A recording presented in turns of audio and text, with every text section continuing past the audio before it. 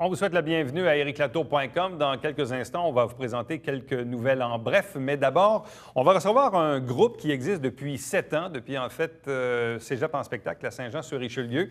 Ils sont 5. Il y en a 3 des 5 qui seront avec nous dans quelques instants. C'est la formation Cours Toujours qui actuellement veut financer son projet de 2e album. Et ils ont utilisé une voie plutôt inhabituelle. Peut-être que vos jeunes connaissent ça. C'est le phénomène Kickstarter. Donc, vous avez une durée là, pour ramasser des sous. Puis après quoi, si vous réussissez votre objectif, on vous remet la somme nécessaire. Donc, jusqu'ici, ils ont ramassé 1 660 $ sur les 2 500 $ recherchés.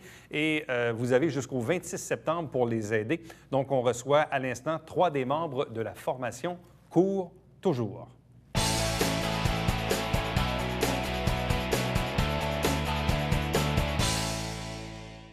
Connaissez-vous le phénomène Kickstarter? Moi, mon fils de 17 ans m'en parle souvent, il s'achète des trucs là-dessus. Et tout récemment, je me suis rendu compte qu'il y a des gens de la région qui sollicitaient ce fameux principe du Kickstarter. Pourquoi? Dans le but de financer un 2e album. 2e album de quoi? De qui? Du groupe Cours Toujours, avec nous, 3 de ses membres ce soir. Lauriane Vézina, bonsoir. Bonsoir. De même que Martin Mayotte, bonsoir. Bonsoir. Et Priscilla Fournier, bonsoir et bienvenue. Bonsoir. Je vais commencer avec toi, Lauriane. Oui. Premièrement, juste nous faire un cours 101, ou peut-être Martin, de ce que c'est Kickstarter. Est-ce quelqu'un qui peut nous expliquer qu'est-ce que c'est Kickstarter? Martin, il se connaît plus, je crois. Martin? Oui. Ouais, en gros, Kickstarter, c'est un projet de un site Internet de sociofinancement. Fait qu'en gros, nous autres, on a un objectif de ramasser, pour nous, c'est 2 500 $ pour pouvoir faire l'album.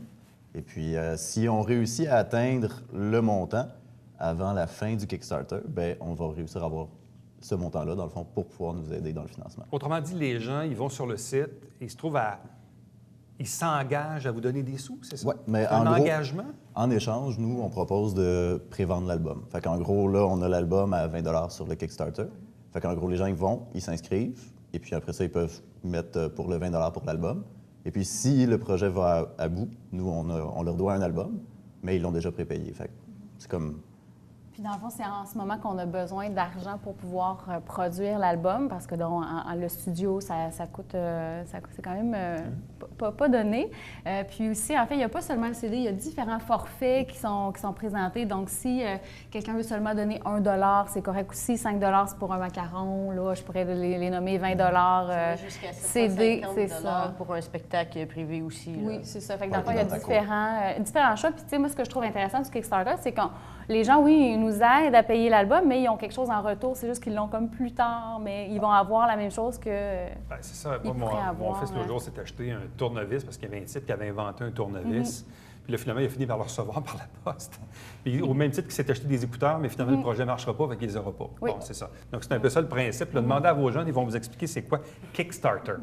Bon, qu'est-ce que c'est Cours Toujours? Cours Toujours, bien, c'est un groupe de musique. On est ensemble depuis 7 ans, je crois. Ouais. On avait commencé à être ensemble, en fait, au cégep, par le cégep en spectacle.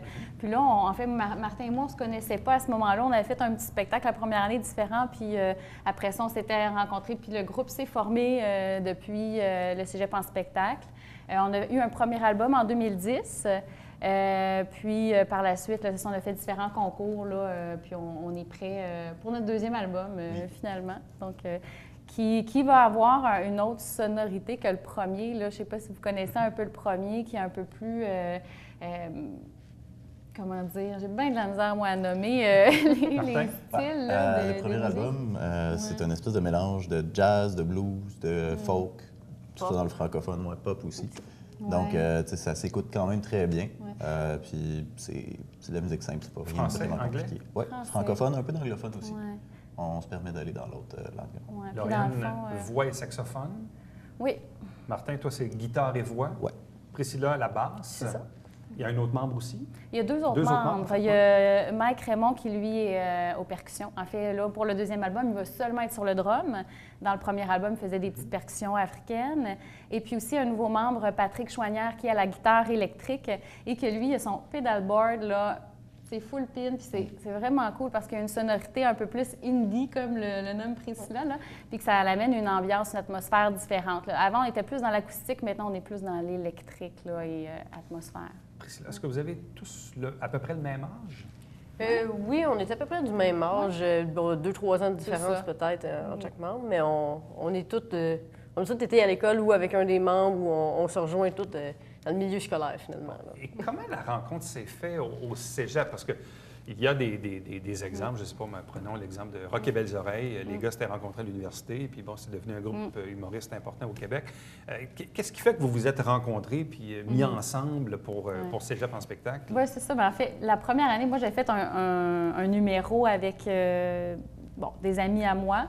Martin en avait fait un seul, puis là, il avait entendu que je jouais du saxophone aussi. Fait que là, il m'en avait parlé pour que je puisse aller jouer avec Martin, un autre de ses amis. Puis par la suite, là, on a monté, Martin avait 2 compositions qu'on avait préparées pour le cégep en spectacle suivant. On s'en a demandé à Mike, qui était le percussionniste, pour qu'il vienne faire le spectacle avec nous. Qu'est-ce qui fait que ça a survécu à Cégep en spectacle? Parce que vous auriez pu tout faire ça durant votre cégep, puis après ça, chacun prendre vos voix. Qu'est-ce qui fait que ça a perduré après le cégep? En fait, on avait gagné le cégep en spectacle quand on était à Saint-Jean, au niveau local.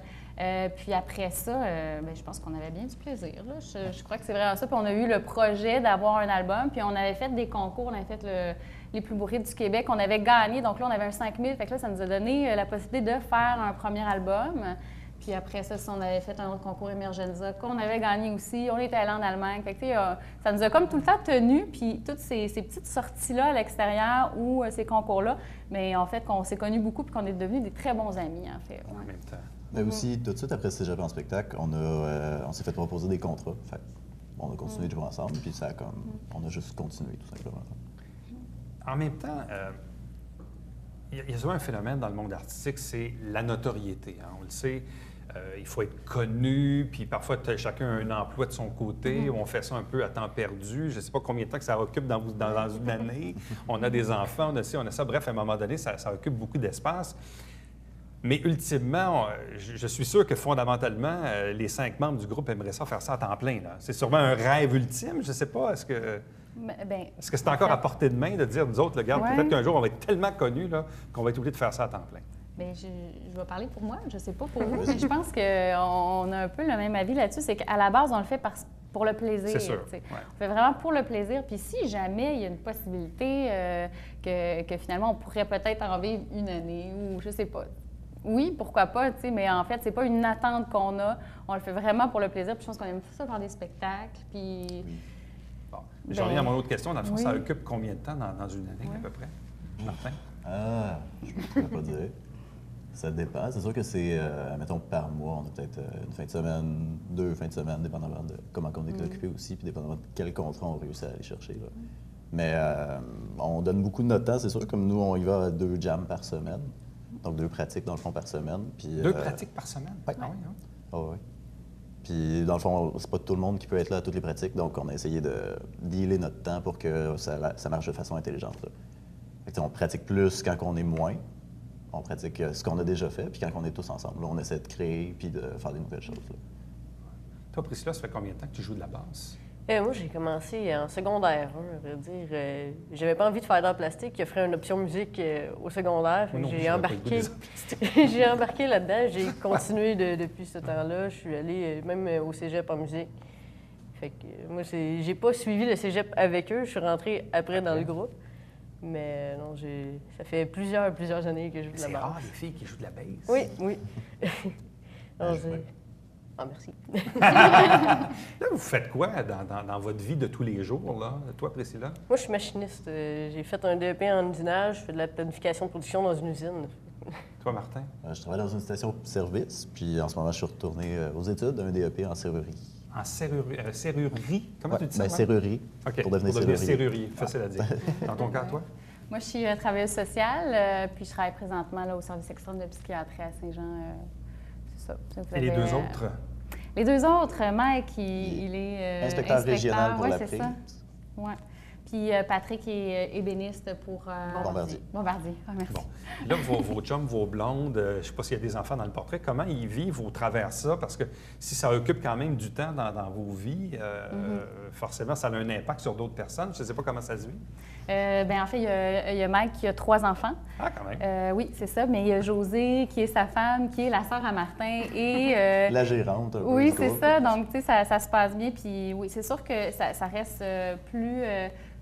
pas plus difficile, mais en fait, nous, on essaie de toujours aider un peu. Là, si Mike a besoin d'être plus présent avec sa famille, on va déplacer le jam parce que nous, on a plus de temps à l'extérieur, étant donné qu'on n'a pas de famille pour le moment.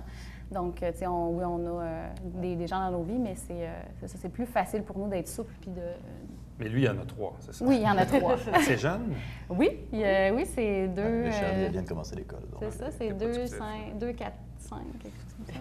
Si on revient à Cours Toujours, parce que les gens peuvent aller voir votre site internet, oui. courtoujours.ca. Il y a aussi une vidéo là, qui est en format YouTube que les gens peuvent voir et tout ça, on peut écouter les chansons. C'est quoi les... Tantôt, on parlait un peu de jazz ou de... C'est quoi les influences musicales? Quand vous avez démarré le groupe, là, c'est quoi les influences que vous aviez à l'époque? Moi, de mon côté, j'ai toujours beaucoup été un gros fan d'Eric Clapton, surtout guitare acoustique, blues, tout ce qu'il a fait dans cette époque-là. Et puis, bref, c'est une de mes grosses influences. J'ai beaucoup aimé le blues aussi, donc ça m'a poussé là-dedans. Toi, Priscilla, t'écoutais quoi plus jeune? Moi, j'écoute un petit peu différent des autres groupes. Plus jeune, j'écoutais beaucoup de punk, du ska. J'écoutais aussi un petit peu de jazz, rock alternatif, indie. Je suis beaucoup diversifiée, mais pas nécessairement côté blues. Je connais pas ça. C'est Martin qui m'en fait écouter, à vrai dire. Doriane? Moi, j'aime beaucoup le indie puis le rock alternatif aussi. Mettons, plus francophone comme Marie-Pierre Arthur, Louis-Jean Cormier, là, dans ces genres-là. Puis c'est ça. Puis je pense que Mike, lui, c'était plus métal. Métal, vieux rock. Il y a vraiment toutes sortes d'influences. C'est ça, mais c'est pour ça que je pense que dans la composition, des fois, ça prend du temps. Mais tu sais, en fait, là, il y a Martin et moi qu'on compose paroles, musique, mais le mettre ensemble puis terminer la chanson, ça peut prendre du temps parce qu'on veut que tout le monde aime ça. Puis on met un petit peu le grain de chacun, puis ça donne un résultat toujours. Je sais que c'est pas un péché, mais est-ce que vous avez déjà fait des covers? Oui. Et c'était quoi les chansons que... On est allé avec Ariane Moffat. On est allé aussi avec des vieux classiques du jazz comme Summertime et des affaires de même. Et The Road Ouais. Donc Rhythm and Blues. Ouais. Quand on fait des covers, c'est plutôt jazz, blues. Jazz. Offenbach, un petit peu aussi. Ouais. Puis la première composition s'est passée comment? Nuit blanche, guitare, feuille de papier. Je pense qu'il y avait une Pas bière d'alcool, aussi. non? Non, ouais, il y avait peut-être une bière. Ah, peut-être une bière, quand même. Mais c'était quoi l'idée derrière ça quand vous avez dit, bon, bien là, regarde, là, on va composer notre propre matériel, là? C'est une étape importante, là, parce qu'au début, bon, on joue de la musique, c'est bien amusant, là, mais quand on décide de composer sa propre affaire... Pour ma part, quand j'ai décidé de composer la première fois, c'était une question de challenge parce que je réussissais à jouer pas mal n'importe quoi que je voulais avec ma guitare. Donc, j'ai fait, pourquoi pas écrire mes propres affaires. Puis j'aime beaucoup aussi, j'étais en littérature au cégep dans ce temps-là. Fait que tout ce qui était texte et tout ça, ça m'intéressait aussi. Donc, composer mes propres chansons, mettre des textes là-dessus, c'est quelque chose qui Là, vous avez combien de compositions à votre actif? On n'est pas loin d'une trentaine, je crois. Quand même. Peut-être. Wow.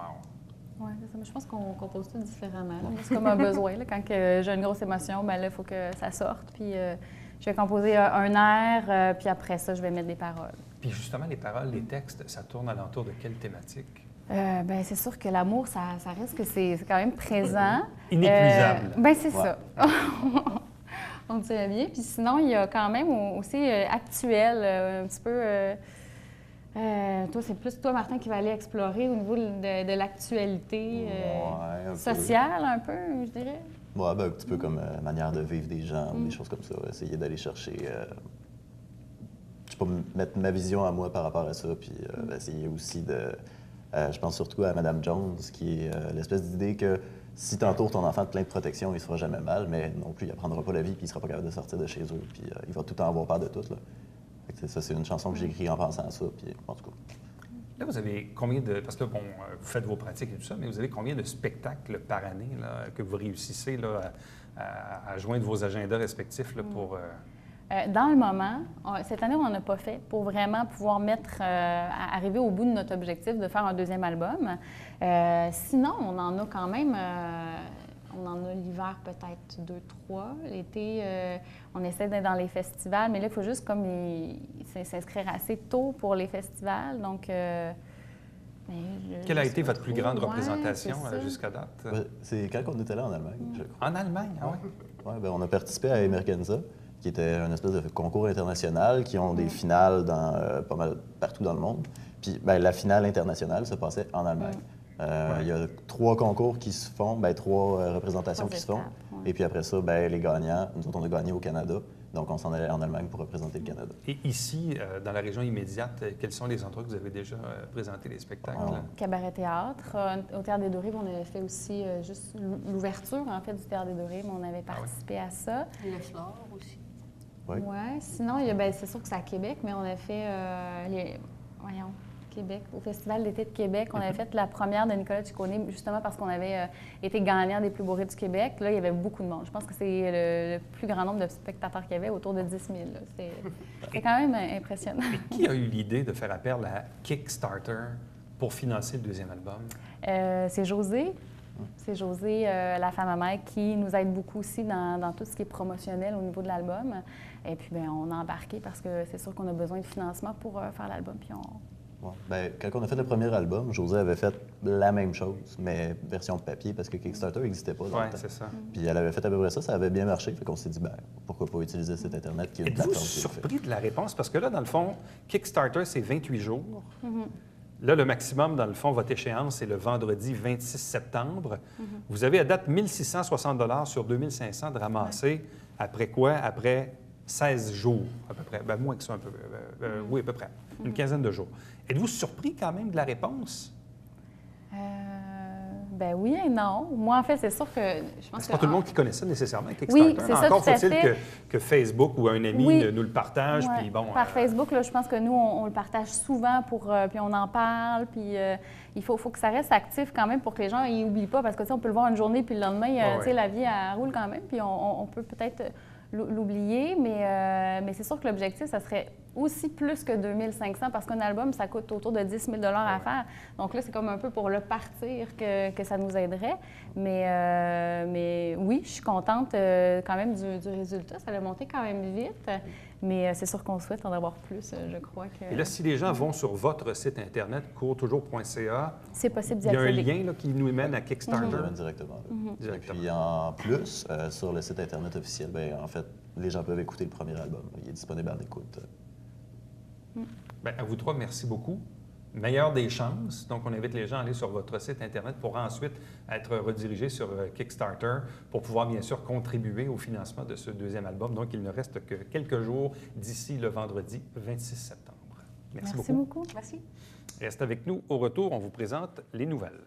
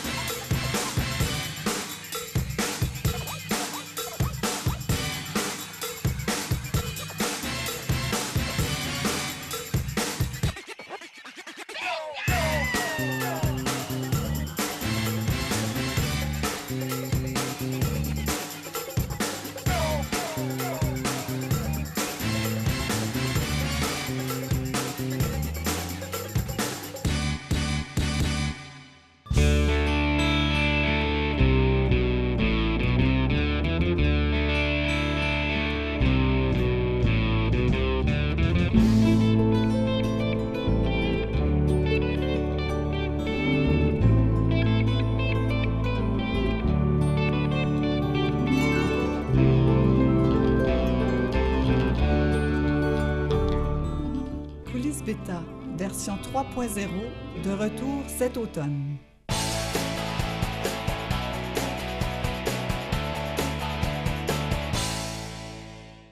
Quelques nouvelles en bref pour votre intérêt. Il y a eu une nomination d'une directrice adjointe au service des loisirs et de bibliothèques à la ville de Saint-Jean-sur-Richelieu. En fait, le conseil municipal a procédé à la nomination de Caroline Roy à titre de directrice adjointe au service des loisirs et de bibliothèques, et ce à compter du 16 septembre.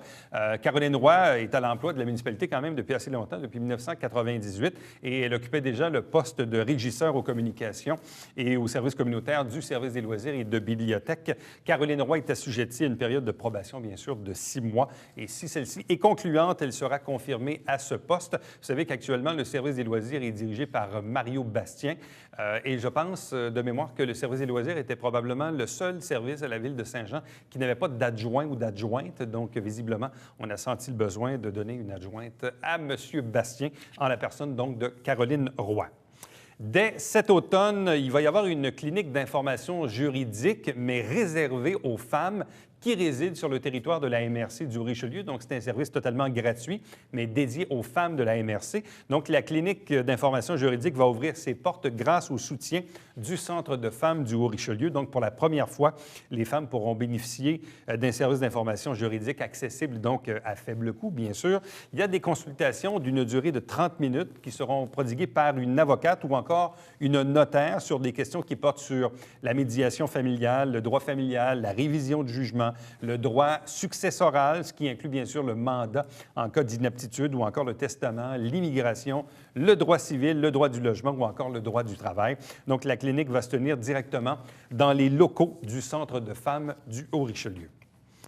Vous aimeriez parler en public plus facilement, parfois même ça peut être un frein pour avoir un emploi ou une promotion, ou des fois même on va hésiter à donner notre candidature parce qu'on se dit « ouais, mais ce travail-là va exiger que je donne des conférences, que je parle en plein public ». Donc, vous désirez améliorer votre leadership, apprendre dans un environnement qui est positif et respectueux. Bien, dans la région, il y a un organisme qui s'appelle le Club Toastmaster Expression qui vous informe bien sûr de la reprise de ces activités. Donc, le mercredi 10 septembre à 18h45, c'était la première atelier, première conférence de la saison. Et ça va être comme ça, je pense, presque à plusieurs mercredis dans l'année, à la salle optimiste Bernard Perrault, située au 432 de la rue Jacques-Cartier-Sud à Saint-Jean-sur-Richelieu. La mission du Club Toastmaster est de fournir à ses membres un milieu d'apprentissage qui soit positif, aidant, dans lequel on peut bien sûr se développer en toute confiance nos aptitudes en communication, en leadership, ce qui a pour effet d'accroître bien sûr la confiance en soi.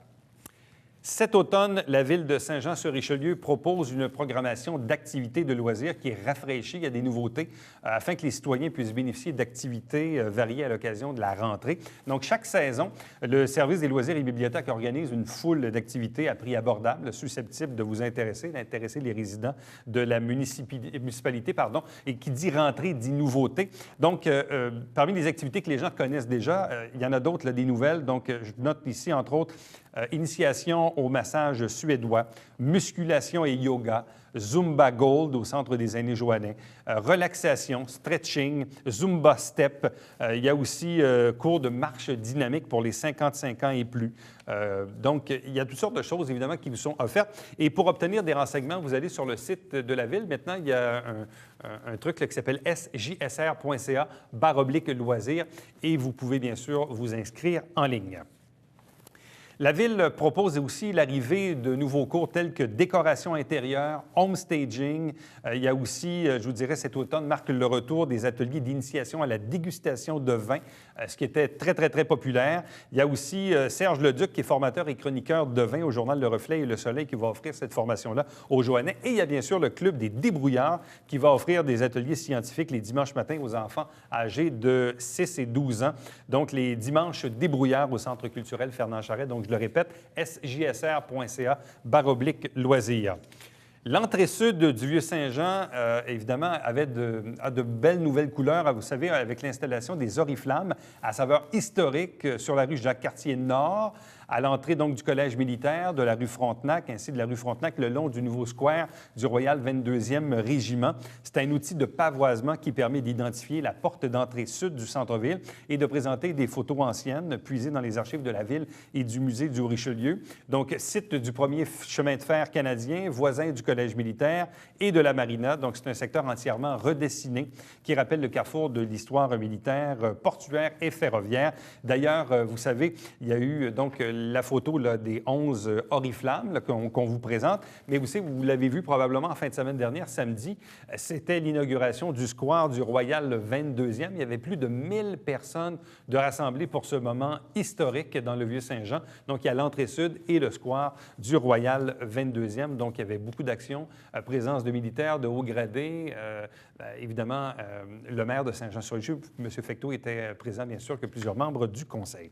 Enfin, le Musée du Haut-Richelieu, Artaud, Action Art Actuel et la Ville de Saint-Jean-sur-Richelieu vous invitent à participer à la 7e édition du concours photographique Zoom sur mon patrimoine.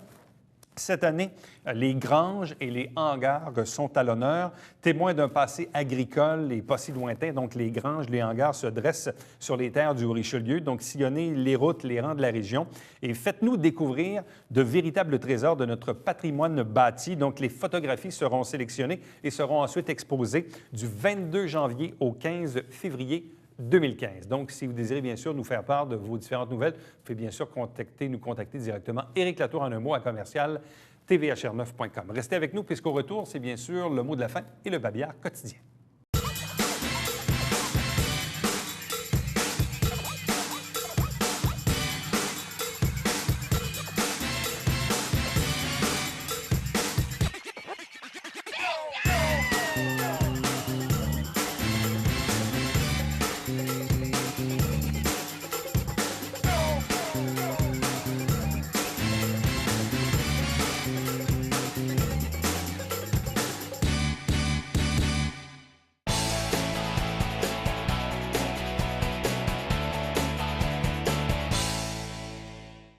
Le Centre de femmes du Haut-Richelieu offre à nouveau des cuisines collectives. C'est dans un centre communautaire près de chez vous, sur tout le territoire desservi de la MRC du Haut-Richelieu. Pour information, centrefemmesaurichelieu.ca.